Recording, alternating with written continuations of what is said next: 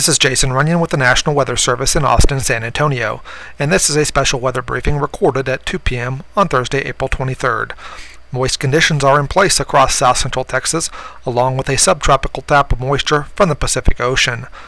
Models are indicating scattered showers and thunderstorms developing along the Rio Grande late this afternoon and spreading west into western areas of the hill country during the evening.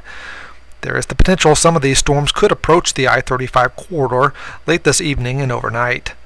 Conditions are favorable for a few strong to severe storms, and the Storm Prediction Center has placed areas along and west of Interstate 35 in a slight risk for severe storms.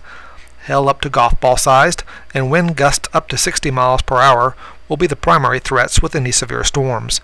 In addition, some storms will produce frequent cloud-to-ground lightning, along with locally heavy downpours.